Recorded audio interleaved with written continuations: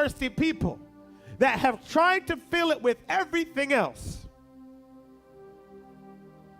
I have learned the secret to being content in all situations, whether well-fed or hungry, in want or in need. I can do all things through Christ who strengthens me.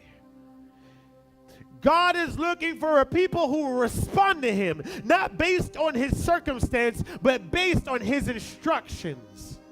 If you lose your pretty little house, will you still seek God? As I said last week, when Daniel's friends, when they were going into the furnace, they said, King, your requirement does not even need a response. We shall not bow down, for God will deliver us. And even if he doesn't, he's able. I'm here to tell you today that even if he doesn't deliver you, even if he doesn't heal you, he's able. And that should be good enough for you because it's good enough for me. If he doesn't fix my situation, he's able. My position does not change God's position. I know I speak to a microwave generation of people who want everything now. What is your well? What's your well? What is your well? Did you choose an earthly king? That's the question. What is your well that you've been drinking from when there is rivers of life next to you? What's the well that you've been drinking from? Why are all these people angry?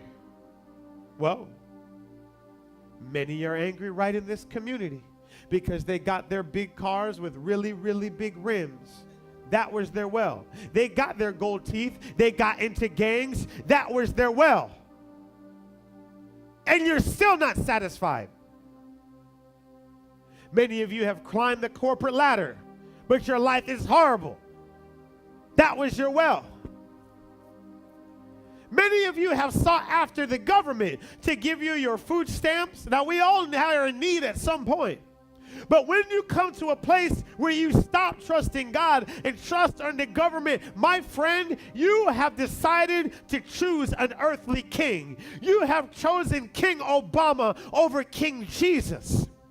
And I will tell you this, that all of the years when Samuel was over the land of Egypt representing God, meaning God was their king, and the prophet was just there as a representative of the kingdom of heaven, there was never a war in the land, and Israel prospered. But the moment they said, we want a king like everybody else, they got Saul, and they lost their nation, and the king was their well.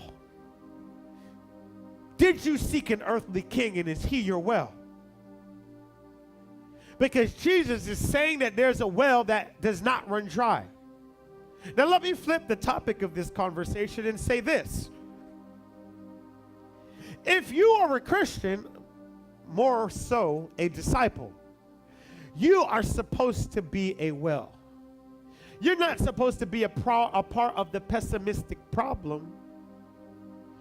You're supposed to be a part of the life, the giving of life. And you can't do this without hearing from God.